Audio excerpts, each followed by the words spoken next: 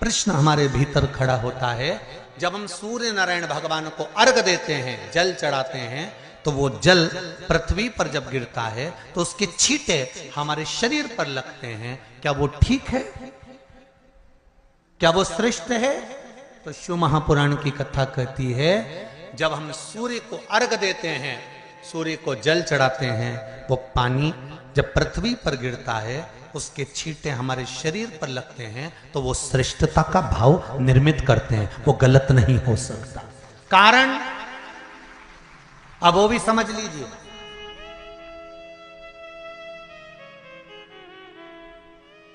अब सूर्य नारायण भगवान को आप जल चढ़ा रहे हो तो छींटे नहीं लगे, उसके लिए क्या स्टूल पे चढ़ के चढ़ाओगे कि कुर्सी पे चढ़ के चढ़ाओगे? अरे बोलो तो सही।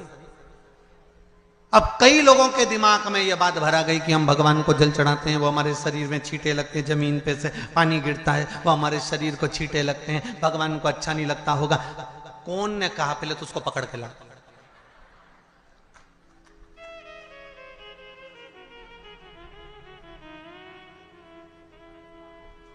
क्योंकि मेरे राम जी महाराज, मेरे भगवान कृष्ण,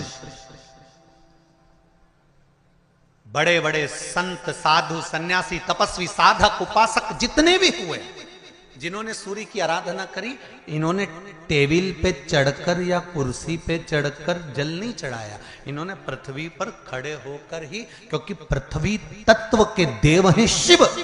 जब हम मृत्यु लोक पर खड़े होकर, पृथ्वी पर खड़े होकर भगवान शंकर का भाग पृथ्वी तत्व को धारण कर कर जल को हाथ में लेकर जब समर्पित करते हैं, और जो जल नीचे गिरता है वो शरीर पर अगर लगता है तो हमको उसका आशीर्वाद ही प्राप्त होता है, दोष नहीं लगता। पर लोगों ने इसको विपरीत कर दिया। कि कौन ने विपरीत करा? कई लोगों ने इसको विपरीत कर दिया। कौन ने विपरीत करा? तो जो दूसरे धर्म के लोग होते हैं, जिनको हिंदू धर्म से नफरत होती है और जो हिंदू धर्म की पूजन, सेवा, अर्चना को समाप्त करना चाहते हैं, वो धीरे धीरे धीरे धीरे कहने लगे कि सूर्य को जल चढ़ाओगे तो शरीर में लगेगा, शरीर में लगेगा तो दोष लगेगा। इसको कह कहकर घर घर में सूर्य को जल चढ़ाना लोगों ने बंद कर दिया कि आप जल चढ़ाएंगे तो दोष लगेगा, शरीर पे छींटा लगेगा, शरीर को ऐसा लगेगा। ये दोष नहीं है।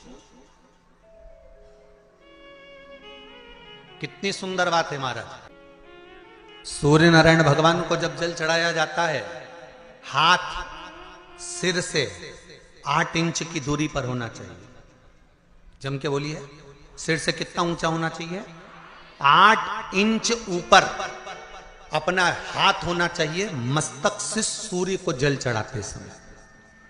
और ना चांदी का, ना स्टील का, ना लोहे का, ना प्लास्टिक का, ना कांच का, ना सोने का कोई बर्तन, ना कांसे का, ना एल्युमिनियम का, ना पीतल का, केवल एक पात्र होना चाहिए, वो है तांबे का। काय का पात्र होना चाहिए? तांबे का पात्र। और सूर्य नारायण भगवान को जब 8 इंच ऊपर तुम्हारा हस्त है, और जब हम सूर्य को जल चढ़ा रहे हैं, कैसे जल चढ़ाना है वो भी समझ लीजिए।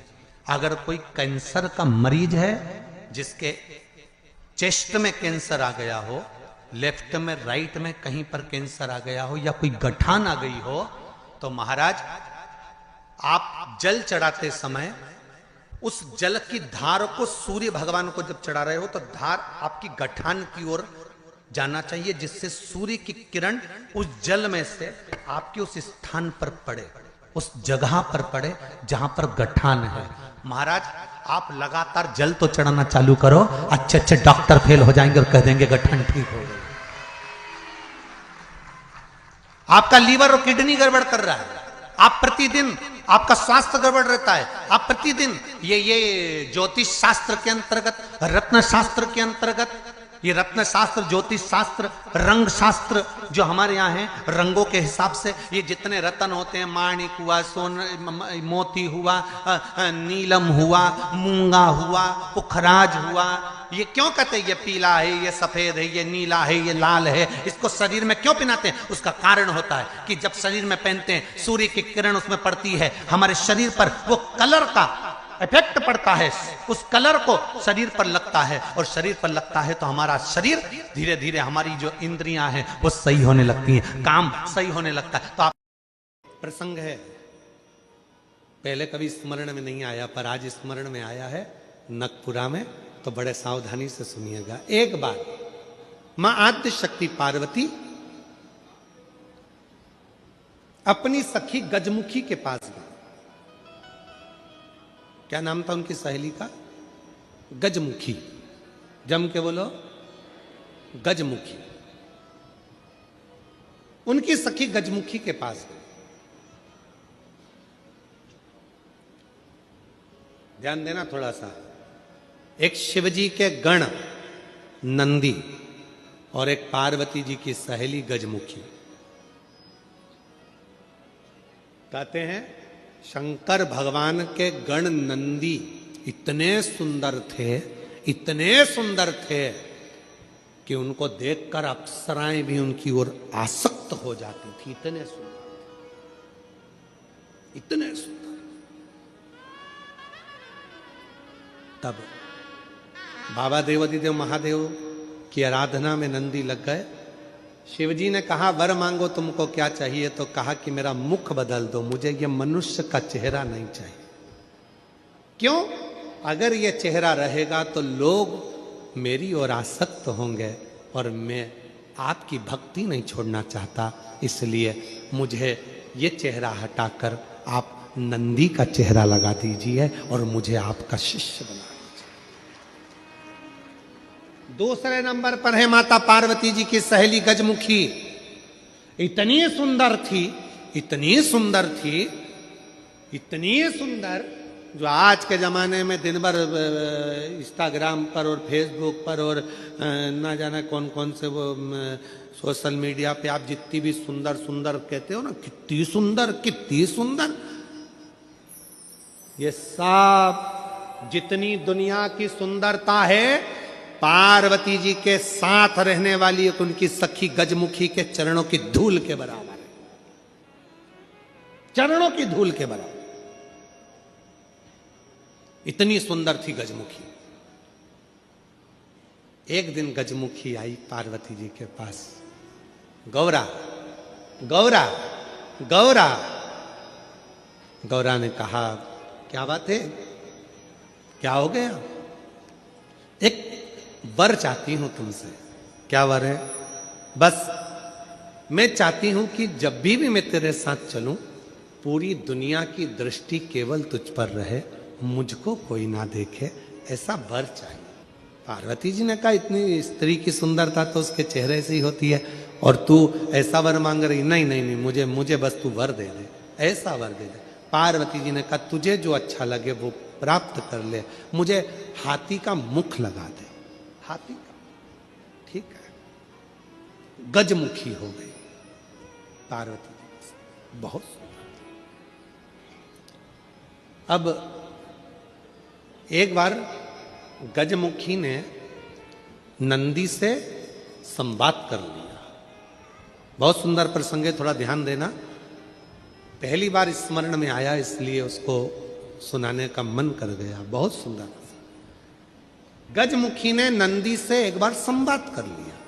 दोनों की खींचातानी होने लगी। नंदी कहने लगे भोलेनाथ जी के भार को मैं अपने कंधे पर लेकर चलता हूं, मेरी पीठ पर शिव और शक्ति दोनों विराजमान होते हैं, मैं उन दोनों को भ्रमण कराते रहता हूं। देखा मुझ में बल, मैं शिव और शक्ति को अपनी पीठ पर बिठाकर घुमाता रहता हूं। गजमुखी सुनती रही, सुनती रही। गजमुखी ने कहा रे नंदी, ये तेरा भ्रम है कि तू शिव को उठाकर लेकर जा रहा। ये तेरा भ्रम है कि शंकर भगवान तेरी पीठ पर बैठकर जा रहे हैं। शंकर भगवान को लंका का राजा रावण भी ले जाना चाहता था, पर भगवान शंकर ने अपने अंगूठे को, मात्र पांव के अंगूठे के नख को इतना सा दबाया था और रावण ने पूरा बल लगा दिया था तो नहीं उठा पाया था। जरा सोच नंदी, वो तो शंकर भगवान की कृपा है तुझ पर, इसलिए शिव जब तुझ पर बैठते हैं हल्के हो जाते हैं, इसलिए तेरे साथ चले जाते हैं। पर नंदी मानने को तैयार नहीं। जब नंदी नहीं माना तब गजमुखी ने कहा कि नंदी मेरी बात मान ले। नंदी कहते नहीं नहीं, अगर तुम कहती हो कि शिव हल्के हो जाते हैं भक्त के लिए, तो तुम ऐसा कुछ कर कर बता दो कि शंकर भगवान तुम्हारे कहने पर बैठ जाए। ठीक है, आज गजमुखी पार्वती जी की आज्ञा लेकर तब साधना में बैठ गई। शिव जी प्रसन्न हो गए। क्या बात है गजमुखी, क्या चाहती हो? इतने दिनों से तुम तप साधना कर रही हो पार्वती की, आज मेरी तप साधना? क्या हुआ? बोलो गजमुखी, क्या चाहती हो? गजमुखी ने एक बेलपत्र का पत्ता दिया और बाबा भोलेनाथ जी से कहा, बाबा मेरा निवेदन है, इस पत्ते को मैं हवा में उड़ाऊंगी, आप उस पत्ते पर क्या बैठ जाओगे? शंकर भगवान बोलने लगे, अकेला बैठूं या पार्वती को भी बैठाऊं? गजमुखी बोली, इतने से पत्ते पर पार्वती भी बैठ जाएगी? शिव जी बोले, पार्वती को बिठाऊं, साथ में गणेश जी को भी बिठाऊं कि रिद्धि सिद्धि को भी बिठाऊं? गजमुखी ने कहा, इतने से पत्ते पर गणेश रिद्धि सिद्धि बैठ जाए। शिव जी बोले कि कार्तिकेय को भी बिठा लूं कि अशोक सुंदरी को भी बिठा लूं कि जया विशारा सामरी बारी दौतली देव सबको बिठा लूं? इतना बड़ा परिवार सब बैठ जाएगा? इतने में शिव जी बोले कि भगवान विष्णु और लक्ष्मी को भी बिठा लूं क्या? कहा विष्णु लक्ष्मी, तू कहे तो ब्रह्मा ब्रह्माणी को, ब्रह्मा ब्रह्माणी, इंद्र इंद्राणी, 33 कोटि देवता इस पत्ते पर बिठा देता हूं, बोल गजमुखी। गजमुखी मुस्कुराकर बोली, ये सब तो नहीं, केवल आप बैठ जाइए। गजमुखी ने शिव नाम लेकर पत्ते को शिवलिंग पर चढ़ाने के लिए बस थोड़ा सा उसको नीचे की ओर गिराया। उतनी देर में उस पत्ते के अधर पर मेरा शंकर आकर विराजमान हो गया। मेरा शिव, मेरा शिव उस पत्ते पर आकर विराजमान। आवाज लगाई, नंदी जल्दी आओ। तुम कहते थे मुझ में बल है, मैं शिव को पीठ पर बिठाता हूं। तुमसे ज्यादा बल एक बेलपत्री के पत्ते में है, जो पूरे 33 कोटि देवता को एक पत्ते पर बिठा सकता है। एक बेलपत्र के पत्र में वो बल होता है, एक बेलपत्र के पत्ते में वो बल होता है, पूरे ब्रह्मांड को वो अपने में समेटे रहता है। तब भगवान शिव ने प्रसन्न होकर कहा, सुनो गजमुखी, आज मैं प्रसन्न हुआ, तुम्हें वर देता हूं। जब भी पृथ्वी पर मृत्युलोक में कोई पार्थिव शिवलिंग का पूजन करेगा और पार्थिव मिट्टी का जब कोई शिवलिंग बनाएगा, उस शिवलिंग को केवल थाली पर, पाटे पर या लक्कड़ पर नहीं, मेरा बेलपत्र रखकर जब उस पर कोई शिवलिंग का निर्माण करेगा, जो कामना वो चाहेगा उसकी कामना शिव उसी क्षण पूरा कर देगा, उसी क्षण पूरा। आप में से कितने लोग हैं जो पार्थिव लिंग का निर्माण करते हैं? हाथ उठाओ। करते हो सब? वैसे नहीं करते होगे तो सावन में अपन लोग सब मिलकर ही करते हैं। काय में बनाते हो? पात्र में। पात्र के अंदर जब शिवलिंग का निर्माण करते हो तो सबसे पहले नीचे एक बेलपत्र रखा, रखते हो? जम के तो बोलो, रखते हो ना? बहुत जरूरी है एक बेलपत्र। क्यों? कहते हैं जब हमने शिवलिंग बना लिया, पूजन चालू कर दी, पानी डालना प्रारंभ करा, ये तो मिट्टी है, धीरे धीरे पानी चढ़ते चढ़ते गलने लगती है।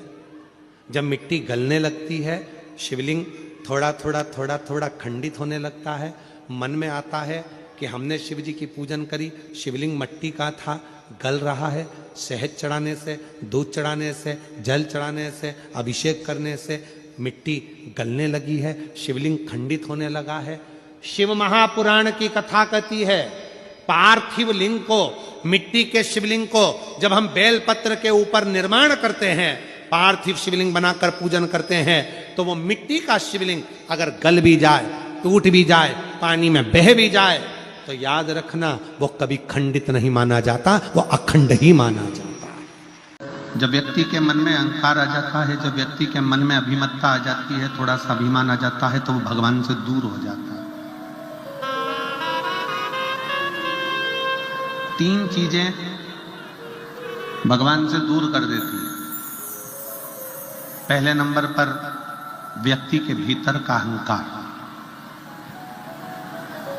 दूसरे नंबर का हमारे भीतर की ज्यादा कामना,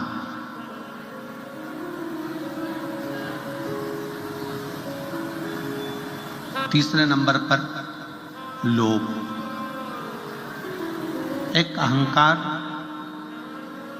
कामना और लोभ,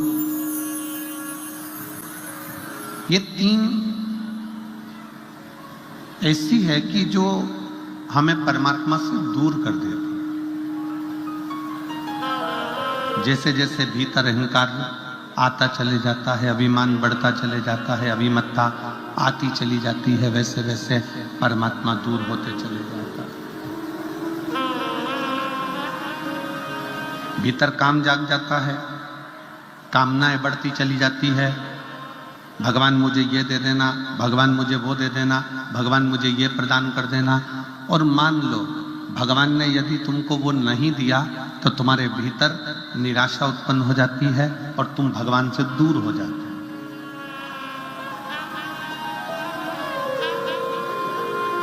एक भीतर की ज्यादा कामना भी परमात्मा से दूर कर देती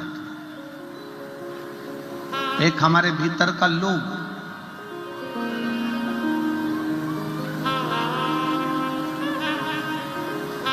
ऐसा नहीं है कि भगवान ने किसी को कुछ नहीं दिया।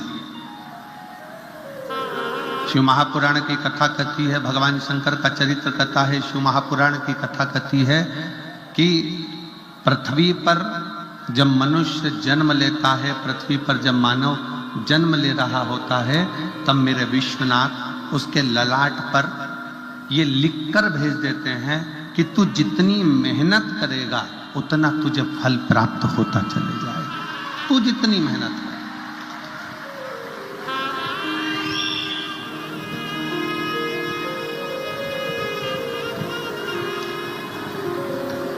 तो जितनी जितनी लगनता से काम करेगा, जितनी जितनी मेहनत से काम करेगा, जितना जितना परिश्रम करता चले जाएगा, उतना उतना तू प्राप्त करता चले जाएगा।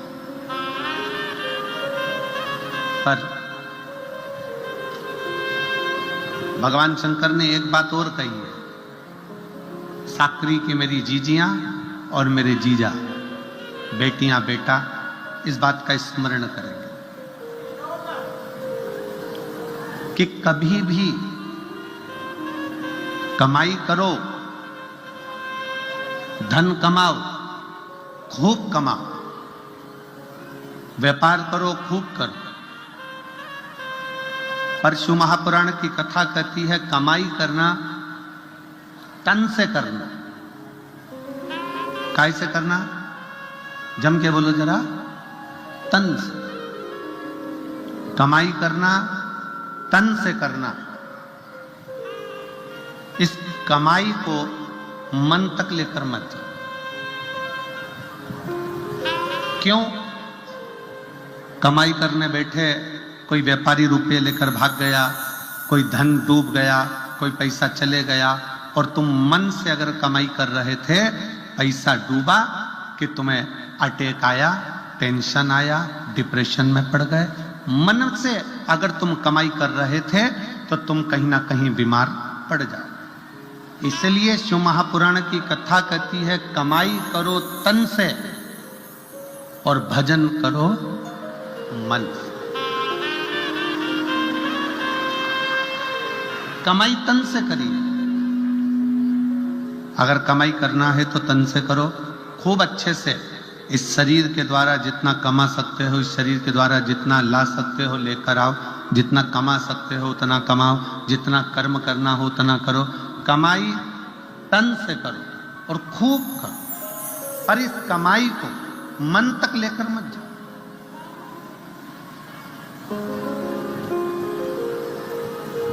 घाटा लग गया, टेंशन बढ़ गई, ज्यादा धन आ गया, टेंशन बढ़ गई। क्यों? क्योंकि तुम उसको मन तक लेकर आए, तुम उसको मन तक लेकर पहुंचे। कई लोगों ने पैसे को, कमाई को मन से लगा रखा है कि मेरा मन मन।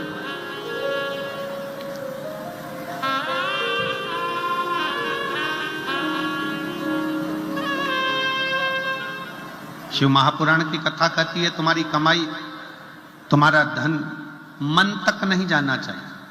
तुम्हारी कमाई, तुम्हारा धन तन तक रहे पर मन तक ना पहुंचे। मन तक पहुंच गया, कोई घाटा लग गया तो तकलीफ, मुनाफा हो गया तो तकलीफ। कहीं ना कहीं व्यक्ति धीरे धीरे धीरे धीरे डिप्रेशन की ओर बढ़ता चले जाता है, टेंशन की ओर बढ़ता चले जाता है। इसलिए शिव महापुराण की कथा कहती है कि तुम्हारी कमाई तन तक रहे, मन तक मत जाने। और भजन, शंकर की भक्ति कर रहे हो, शिव जी के मंदिर में जाकर एक लोटा जल चढ़ा रहे हो, शंकर का गुणगान कर रहे हो, शिव महापुराण की कथा श्रवण कर रहे हो, शिव मंदिर में झाड़ू लगा रहे हो, शंकर के मंदिर में पोछा लगा रहे हो, शंकर के मंदिर में जाकर अर्चना कर रहे हो, बेलपत्र चढ़ा रहे हो, चावल चढ़ा रहे हो, गेहूं चढ़ा रहे हो, कुछ भी तुम शंकर जी की आराधना में लगे हो, तो इतना याद रखना कि भगवान की भक्ति तन से मत करना। भगवान की भक्ति जितना करना मन से करना। अगर भगवान की भक्ति तन से होती तो जो आंखों से अंधे हैं वो कभी ना कर पाते, जो हाथ से टूटे हुए हैं, शरीर का कोई हाथ टूटा है, कहीं पांव टूटा है, वो भगवान की भक्ति नहीं कर पाते। किसी की श्रवण शक्ति बेकार होती, वो भगवान की भक्ति नहीं कर पाते। किसी की जिह्वा नहीं चल पाती, वो भगवान की भक्ति नहीं कर पाते। शिव पुराण कह रही है भगवान की भक्ति करने के लिए तन कैसा है, गोरे हो काले हो, अच्छे हो विकलांग नहीं हो, कोई विकलांग है कोई अच्छा नहीं है, कोई मालूम पड़े रोगीला है, कोई दुखी है, कोई तकलीफ में है, कोई धनपति है, कोई करोड़पति है, कोई रोड़पति है। तो शिव पुराण की कथा कर रही है कि भगवान ने अपनी भक्ति को तन से नहीं जोड़ा।